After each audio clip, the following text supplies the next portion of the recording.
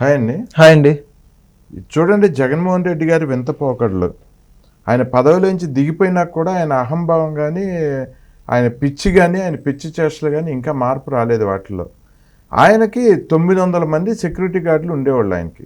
ఆయన అధికారంలో ఉన్నప్పుడు, ముఖ్యమంత్రిగా ఉన్నప్పుడు 900 మంది సెక్యూరిటీ గార్డ్స్, అంటే గవర్నమెంట్ ఎంప్లాయీస్, ఉద్యోగస్తులు, పోలీస్ డిపార్ట్మెంట్ నుంచి వాళ్ళు 900 మంది ఉండేవాళ్ళు. ఆ 900 మందిని ఆయన ముఖ్యమంత్రిగా దిగిపోయినాక 900 మందిని తీసేయటం జరిగింది. ఆయన అభ్యర్థన మేరకు ఆయనకి ఇవ్వాల్సిన అవసరం లేకపోయినా, ప్రతిపక్ష హోదా కూడా లేకపోయినా కూడా Z+ కేటగిరీ కూడా ఇచ్చారు ఇప్పుడు. కానీ ఆయన మళ్ళీ కోర్టుకు వెళ్ళాడు. తనకి 900 మందితో భద్రత కావాలని ఆయన పిటిషన్ వేశారు కోర్టులో.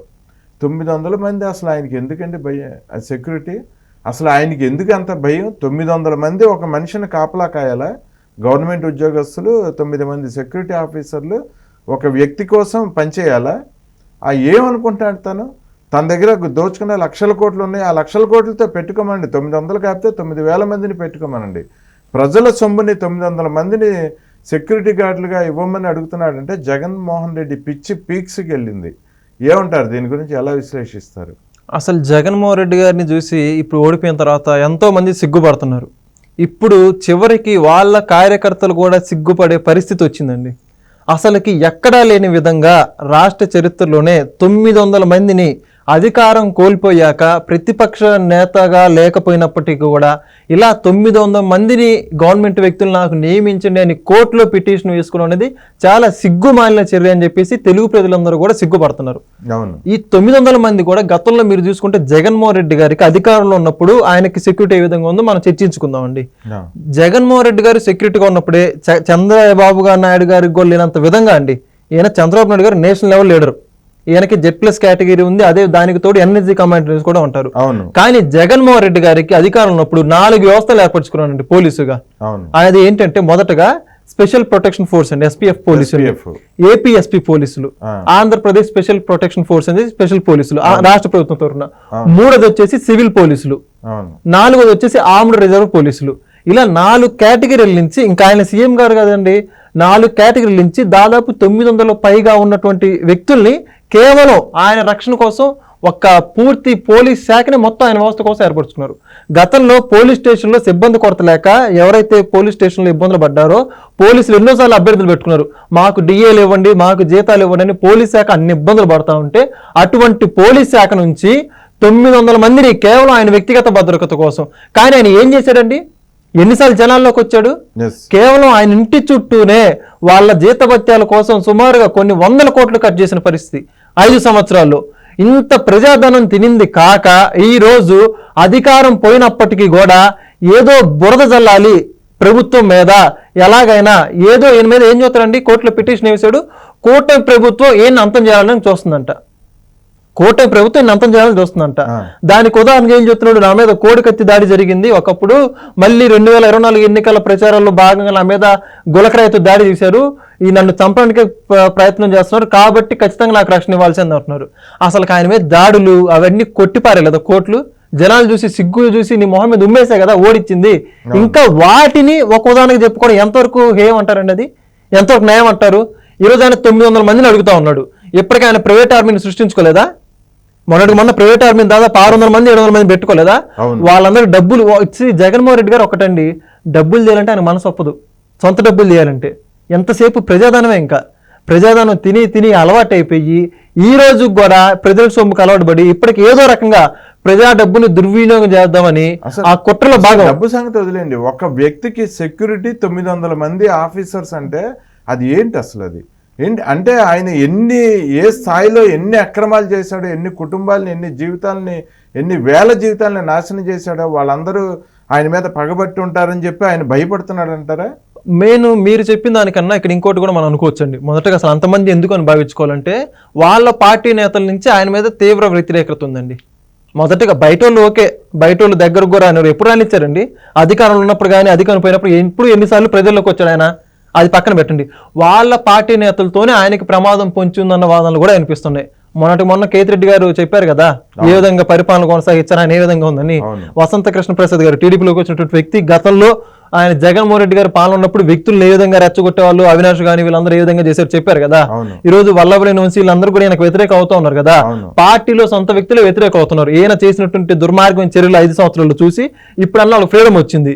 ఇప్పుడు జగన్మోహన్ రెడ్డి గారి మీద గట్టి చర్య తీసుకోవచ్చు అన్న భయభ్రాంతులు గురయ్యి ఆ నెపాన్ని కూటమి ప్రభుత్వం మీద తోయాలన్న ఉద్దేశంతో పన్నిన కుట్ర అని చెప్పి చెప్పుకోవాలి. ఇంకో వాదన వినిపిస్తుందండి. ఈయన వెనక ఉన్న మనుషులు కొడాల నాని గాని, వల్లభనేని వంశీ గాని, పెద్దిరెడ్డి రామచంద్రారెడ్డి గాని, మిథున్ రెడ్డి గాని, ఇలా పెద్ద పెద్ద నేతలు, బడా నేతలు, పేర్ని నాని గాని, వీళ్ళందరూ లక్షల కోట్ల కుంభకోణాలు చేస్తున్నారు. ఇప్పుడు ఒక్కొక్కటి అన్ని బయటకు వస్తున్నాయి.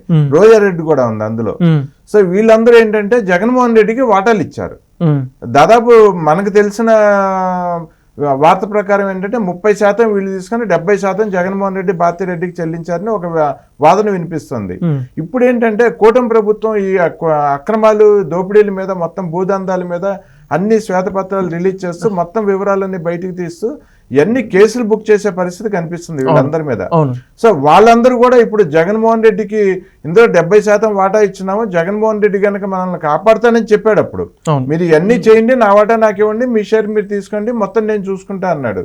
ఈ రోజు కేసుల దగ్గరికి వచ్చేప్పటికి జగన్మోహన్ రెడ్డి ఏమో లండన్ పారిపోయే పరిస్థితి కనిపిస్తుంది, వీళ్ళందరూనేమో కేసుల్లో అరెస్ట్ అయిపోయే పరిస్థితి కనిపిస్తుంది. అటువంటి పరిస్థితే కనుక వస్తే మేము ఎన్ని అక్రమాలు చేసి ఎంతమందిని చంపి ఇన్ని కోట్ల ఆస్తిని, ఇన్ని వేల లక్షల కోట్ల ఆస్తిని ఎలాగైతే సంపాదించుకుంటూ వచ్చామో, ఇప్పుడు ఇదే పరిస్థితి వచ్చి మమ్మల్ని కనుక నువ్వు బయటకు లాగపోతే నీ అంతు కూడా చూస్తామని చెప్పి వాళ్ళ దగ్గర నుంచి కూడా థ్రెట్ ఉందంటారు జగన్మోహన్ రెడ్డికి. ఒకటి, ఇప్పుడు మీరు చెప్పిన విషయం కూడా వాస్తవికత దాచుకోవడానికి ఎన్నో రకాల ఆధారాలు ఉన్నాయి. ఇప్పుడు రాష్ట్ర వ్యాప్తంగా ఎన్నో కుంభకోణాలు బయటకు వస్తూ ఉన్నాయి. దాంట్లో ప్రధానంగా ఉన్నటువంటి వ్యక్తులందరూ కూడా ఎవరంటే జగన్మోహన్ రెడ్డి గారి ప్రధాన అనుచరులు. అప్పట్లో ఈయన సీఎంగా ఉండి ఈయన ప్రోద్బలంతో, ఈయన అండదండలతో రెచ్చిపోయిన వ్యక్తులు. పెద్దిరెడ్డి రామచంద్రారెడ్డి గారు ఎవరండి? ఈయన సొంతం అంతా వాటాలు పంచుకున్నటువంటి వ్యక్తులు కదా. ఇటు పక్క చూసుకుంటే బొత్స గారు ఎవరండి? విఎస్ఆర్ గారు ఎవరు? మిథున్ రెడ్డి గారు ఎవరు? ఈ మధ్య కుంభకోణం కావచ్చు, పవర్ కుంభకోణం కావచ్చు, ప్రతి దాంట్లో ఒకటి ఈయన సీఎం గా పనిచేసినటువంటి వ్యక్తి కదా. సీఎం గారికి తెలియకుండా ఏమన్నా అప్పట్లో కుంభకోణాలు జరుగుతాయంటారా? జరిగితే ఆయన ఊరుకుంటాడంటారా? ఒకటి గమనించుకోండి. ఇప్పుడు జగన్మోహన్ రెడ్డి గారు బిజినెస్ మ్యాన్ అని అందరికీ తెలుసు. ఎన్ని కంపెనీల్లో ఆయన షేర్ ఉందో, ఎన్ని కంపెనీలు నడిపిస్తున్నాడో, క్విట్ ప్రోకో ఏంటో ప్రతి ఒక్కటి తెలిసినటువంటి వ్యక్తిగా, అంత ధనదాహం కలిగినటువంటి వ్యక్తిగా అన్ని కుంభకోణాలు జరుగుతుంటే ఆయనకి తెలియకుండా జరుగుతుందంటారా? ఆయన అండదండ లేకుండా జరుగుతుందంటారా? మరొక వాదన కూడా వినిపిస్తుంది. వాళ్ళ కుటుంబంలో ఆస్తుల పంపకాల వారి యుద్ధం నడుస్తుంది అంటారు. సో లక్షల కోట్లు దోచేసుకున్నారు. దీని వివరాలన్నీ ఆయన తల్లికి కానీ, చెల్లికి కానీ, బావకి కానీ, భార్యకి కానీ, అవినాష్ రెడ్డికి కానీ వీళ్ళందరికీ తెలుసు వీళ్ళు ఎంత దోపిడీ చేసేసుకున్నారు అనేది. సో వాళ్ళ కుటుంబ సభ్యుల నుంచి కూడా ఈయనకి ఈ ఆస్తుల పంపకాల విషయంలో గొడవలు ఉన్నాయి అని ఒక వాదన వినిపిస్తుంది. అదే వివేకానంద రెడ్డి గారికి కూడా ఆయన మరణంలో కూడా ఇదొక కోణం అని చెప్పి అప్పుడు వార్తలు వచ్చినాయి. ఆస్తుల పంపకాల్లో ఏదో తేడా వచ్చినాయి అని, పదవుల గురించి అని. ఆస్తులైనా సరే, పదవులైనా సరే తేడాలు వస్తే వాళ్ళ కుటుంబంలో వాళ్ళని వాళ్ళే చంపేసుకుంటారు. ఏది ఆ పాము అంట గుడ్లు పెట్టేసి తన గుడ్లను తనే తినేస్తుందంట ఆకలేసినప్పుడు. అలాగే వీళ్ళు ఆస్తుల కోసం, పదవుల కోసం తన కుటుంబంలో వాళ్ళని తమ వాళ్ళని వాళ్లే చంపేసుకుంటారు అనేది వైఎస్ఆర్ గారి చావు విషయంలో అనుమానాలు ఉన్నాయి. చాలా సందర్భాల్లో బొత్స సత్యనారాయణ గారే చెప్పారు జగన్ హస్తం ఉంది వైఎస్ఆర్ గారి మరణం కానీ. అలాగే వివేకానంద రెడ్డి గారిది అయితే మనం చూసాం. వాళ్ళందరూ పెద్ద కుట్ర చేసుకొని చంపేసి అదంతా నారావరుస రక్త చరిత్ర అని చెప్పి చంద్రబాబు గారి మీద కూడా నెట్టేశారు. సో వాళ్ళ కుటుంబంలోనే లక్షల కోట్ల దోపిడీలో వాళ్ళ మధ్య యుద్ధం నడుస్తుంది. విజయమ్మ, షర్మిల గారి భర్త, మరో పక్కన అవినాష్ రెడ్డి తల్లిదండ్రులు, సో జగన్మోహన్ రెడ్డి చిన్నాన్నలు, పెద్దనాన్నలు, భారతిరెడ్డి తరపు బంధువులు, మొత్తం ఇది ఒక పెద్ద స్కామ్ల కుటుంబం ఇది. ఈ ఆస్తుల కోసం, పదవుల కోసం ఎవరైనా చంపేసుకుంటారు. సో అటు సైడ్ నుంచి కూడా జగన్మోహన్ రెడ్డికి థ్రెట్ ఉందని, జగన్మోహన్ రెడ్డి నిద్రపోవడానికి కూడా భయపడుతున్నాడని అంటారు. అందుకనే ఇంతమంది సెక్యూరిటీని అడుగుతున్నాడు అంటారా? అది కూడా ఒక కారణమా? ఒకటి, జగన్మోహన్ రెడ్డి గారికి ఇప్పుడు నిద్రపట్టని రాత్రులు గడుపుతా ఉన్నారని చెప్పుకోవాలండి. ఓ పక్క ప్రజల నుంచి వ్యతిరేకత, సొంత పార్టీ నేతల నుంచి వ్యతిరేకత, చివరాఖరికి సొంత కుటుంబ సభ్యుల నుంచి కూడా వ్యతిరేకత వచ్చిన పరిస్థితులు మనం చూస్తూ ఉన్నాం. ఈరోజు ఎక్కడ ఉండాలో కూడా అర్థం కావట్లేదు ఆయనకి.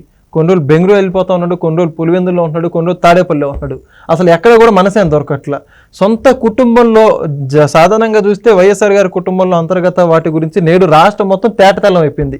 ఆ మనుషులు ఏంటి, వాళ్ళ అంతర్గత గొడవలు ఏంటి, సొంత కుటుంబ సభ్యుల మధ్య కూడా ఏ విధంగా రాజకీయ హత్యలు జరుగుతాయని ప్రజలు మొత్తం కూడా చూశారు.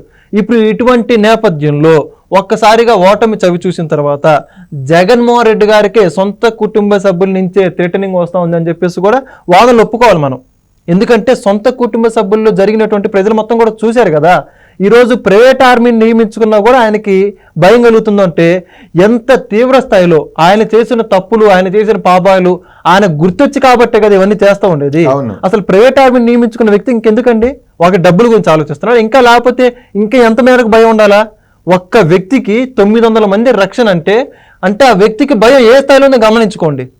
ఒకటండి, 900 మందికి ఆయన సెక్యూరిటీగా నియమించాలంటే కనీసం ముఖ్యమంత్రి స్థాయి వ్యక్తికి సెక్యూరిటీ ఇవ్వాలంటే కనీస జీతభత్యాలు 50,000 ఉంటాయి. ఈ జీతం సంగతి పక్కన పెడితే వాళ్ళకి మళ్ళీ అలవెన్సెస్ కానీ, టీఏడిఎస్ కానీ, అకామిడేషన్ కానీ, ఫుడ్ కానీ, వెహికల్స్ పెట్రోల్ కానీ ఇవన్నీ కూడా అరేంజ్ చేయాలి. ఒక్కొక్క మనిషికి 50,000 చొప్పున అయితే నెలకి 45 కోట్లు జీతాలు ఇవ్వాల్సి వస్తుంది. ఏది మిగతా ఖర్చులన్నీ కాకుండా 4 కోట్ల జీతభత్యాలే. అదే సంవత్సరానికి 270 కోట్లు అవుతుంది. అదే మీకు ఏడాదికి వచ్చేప్పటికి అది 1000 కోట్లలోకి వెళ్తుంది. జగన్మోహన్ రెడ్డి ఇవాళ రాష్ట్రానికి ఏం చేశాడని చెప్పి ఇప్పుడు ముఖ్యమంత్రి పదవి దిగిపోయినాక ఎమ్మెల్యేగా కనీసం అసెంబ్లీకి కూడా రాకుండా జగన్మోహన్ రెడ్డికి ఇంత డబ్బు ప్రభుత్వం ఎందుకు వెచ్చించాలి, ఎందుకు అడుగుతున్నాడు? ప్రజల సొమ్ము అంటే అంత తేరగా కనిపిస్తుంది జగన్మోహన్ రెడ్డికి అన్ని 1000 కోట్లు అతని సెక్యూరిటీకి ఇవ్వాలా? ఒకటి, జగన్మోహన్ రెడ్డి గారు 5 సంవత్సరాల్లో ప్రజల డబ్బు ఏ విధంగా తిన్నాడో రాష్ట్ర ప్రజలు మొత్తం కూడా చూశాడు. ఒకటి, ఆ డబ్బు తినడానికి అలవాటు పడ్డాడని చెప్పుకొని కూడా అనుకోవచ్చు మనం. ఒక్కసారన్నా ₹1 తీశాడు ఆయన జోబులో డబ్బులు?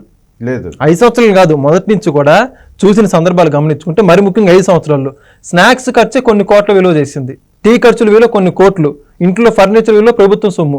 ఇదంతా కూడా ఎలకలను పట్టుకోవడానికి 1,34,00,000, ఋషికొండ ప్యాలెస్ 500-600 కోట్లు ఆయన ఉండడం కోసం. అడిగితే ప్రభుత్వ బదులని సొంత కబుర్లు చూస్తున్నాయి అన్ని పక్కన పెట్టుకుంటే ఇలా మొత్తం హిమాలయ వాటర్ అని చెప్పేసి అప్పుడు చంద్రబాబు నాయుడు గారి మీద ఎన్ని రూమర్లు చేశాడు, అసలు తాకపోయినా అవి పక్కన పెట్టి ఎడిటింగ్ పెట్టి కూడా ఈ రోజు ఇదే మనిషి ఈయన ఒక్కసారిగా బయటకు వస్తే ప్రోటోకాల్ నిమిత్తం 60 కోట్లు కోర్టుకు రావాలంటే అప్పుడు ఆయన చెప్పింది, నేను ఒకసారి తెలంగాణ కోర్టుకి హాజరు అవ్వాలంటే నాకు 60 కోట్ల రూపాయలు సెక్యూరిటీ పర్పస్ అవుతుంది.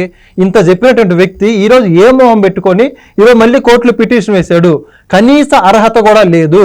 ఒక్కొక్క వ్యక్తికి 50,000 మీరు అంటా ఉన్నారు. కొంతమందికి ర్యాంకుల దృష్ట్యా కానిస్టేబుల్ గారి పైన అధికారులు ఎవరైతే ఉంటారో ఏఎస్ఐ, సిఐ, ఎస్ఐ, డిఎస్పీ వాళ్ళకి 1,00,000 నుంచి 2,00,000 వరకు కూడా ఉంటుందండి. దాంతో పాటు మనం చూసుకుంటే 900 మందికి సుమారుగా 4,50,00,000 సంవత్సరానికి నెలకి 4,50,00,000 ఓన్లీ వాళ్ళు జీతభత్యాలు అయితే వాళ్ళు ఉండడానికి కావచ్చు, తిండికి కావచ్చు, ట్రావెల్కి కావచ్చు, డీజిల్ ఖర్చులు కావచ్చు, ప్రత్యేకంగా అలవెన్సులు, వీటన్నిటి నిమిత్తం ప్రజాధనం మొత్తం గవర్నమెంట్ పెట్టుకోవాల్సింది. ఇప్పటికీ ఒక్కరు గమనించుకోండి, ఆయనకి ఏ సెక్యూరిటీ తక్కువైంది? గతంలో చంద్రబాబు నాయుడు గారికి Z+ కేటగిరీ తీపిచ్చాడు. ఇదే జగన్మోహన్ రెడ్డి 2019 అధికారంలోకి వచ్చాక చంద్రబాబు గారి సెక్యూరిటీ మొత్తం తీపిచ్చాడు. అప్పుడు ఆయన హైకోర్టు వెళ్ళి తెచ్చుకోవాల్సి వచ్చింది. ఆయన నేషనల్ లెవెల్ లీడరు, ఆయన మీద అప్పట్లో బాంబు దాడులు కూడా జరిగాయి. ఆయన భయపడలేదు. మొత్తాన్ని పూర్తిగా తగ్గించేసి స్టేట్ పోలీసును ఉపసంహరించుకుంటే భయపడ్డాడు జగన్మోహన్ రెడ్డి. ఇప్పుడు అదే మనిషికి చంద్రబాబు నాయుడు గారు Z+ కేటగిరీ తీసేయలేదే. ఇప్పటికీ మీరు గమనించుకుంటే జగన్మోహన్ రెడ్డి గారి కాన్వాయ్లో జామర్ ఉంది, జామర్ వెహికల్స్ ఉన్నాయి, 2 ల్యాండ్ క్రూజర్ వాహనాలు అండి, ల్యాండ్ క్రూజర్ బుల్లెట్ ప్రూఫ్ వాహనాలు, దానికి ఆధారంగా 4-5 స్పెషల్ ప్రోటోకాల్ వెహికల్స్ ఇవన్నీ ఉన్నాయి. చంద్రబాబు గారు ఇప్పుడు సీఎంఏ కదా, సీఎం గా చేస్తున్నాడు కదా, ఆయన వాడే వెహికల్ ఏంటండి? Fortuner vehicle, single bullet proof Fortuner vehicle. Land cruiser cost ఎక్కువ, బుల్లెట్ ప్రూఫ్ కాస్ట్ అది ఫార్చునర్ ఎక్కువ. మీరు చెప్పండి ఏం తక్కువ చేసిన దానికి గవర్నమెంట్? ఇంకా మంచిగా చూసుకుంటాం కదా. ఇప్పుడు మాజీ ముఖ్యమంత్రి అయిపోయినా అసలు ఆయన మాజీ అసలు Z+ ఇవ్వాల్సిన పరిస్థితి లేదు, ఆయనకు ప్రతిపక్ష హోదా లేదు, సాధారణ ఎమ్మెల్యే. అయినా చంద్రబాబు నాయుడు గారు హుందా రాజకీయాలంటే ఏ విధంగా చేసి చూపించే మనిషి కాబట్టి ఆయనకు ఒక్క పోలీసుని కూడా తగ్గలేదు. అది ప్రోటోకాల్ ప్రకారం తగ్గి ఇప్పటికీ ఆయన ఎంతమంది షిఫ్ట్లు అని దాదాపు 100-200 మంది షిఫ్ట్లు ఉన్నారండి. ఇప్పటికీ ఆయన వెళ్తే ప్రోటోకాల్, ర్యాంప్ డ్యూటీలు వీళ్ళందరూ కూడా చేస్తున్నారు కదా, తాడుబట్టి రోప్ పార్టీలు కూడా. ఇంత చేస్తా ఉన్నాడు, ఇంకేం తక్కువ అంటే ఆయనకి ఏం తక్కువైందని ఆయనకి? ఏ మోహం పెట్టుకుని వెళ్తా ఉన్నాడు. నీలాగా చంద్రబాబు నాయుడు తగ్గలేదు కదా ఇదంతా కూడా. ఆయన ఎన్ఎస్సీ కమాండర్స్ కూడా ఉన్నారు కదా ఇప్పటికీ ఆయన పక్కన. ఈయన మళ్ళీ అదంతా చాలదన్నట్టు ప్రజల డబ్బు అంటే ఎందుకు అంత ప్రేమ? 2 భయమా? డబ్బులంటే భయం లేదు, ప్రజలంటే భయమా? మరి జనాల్లోకి వెళ్ళాలనుకుంటే ఎందుకు భయం నీకు? నిజంగా ప్రజలు ఎవరు దాడి చేస్తారు, భయమా? ప్రజలంటే భయమా? నువ్వు ప్రజా నాయకులు ఏదో పెత్తందారులు పేదల పక్షం కదా, ఆ పేదల్లోకి వెళ్ళడానికి ఎందుకు నీకు భయం? అంతమంది రక్షణ ఎందుకు? ఉన్నోళ్ళు జాలంటారా? ఒక్కరు వెళ్ళట్లేదుగా. మాటికి మీ నాయకులు సింహం సింగిల్గా వస్తా అంటారు, మరి నీకు 900 మంది దేనికాయ? నీకు సింగిల్గా వచ్చేవాడివి పులివెందులు పులి అని చెప్పుకుంటావు కదా.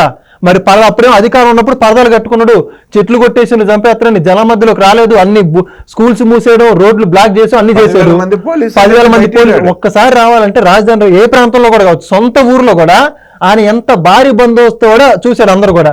ఇప్పుడు అధికారం కోల్పోయాక కూడా ఎందుకు నీకు అంత భయం? మరి ప్రజల్లోకి వెళ్ళొచ్చు, ఇప్పుడు రమ్మని ఎలివేషన్ ఇవ్వమనండి. మరి ఎవడైతే పులివెందులు పులి మానసింహం సింగిల్ గా వస్తుందని చెప్పినోడు ఎవడో ఇప్పుడు రాండి మాట్లాడాలి. ఇప్పుడు రమ్మని మాట్లాడమని 900 పెట్టుకుని కోట్లు, మళ్ళీ దీన్ని బట్టి అర్థమవుతుంది ఆయన ఏంటో.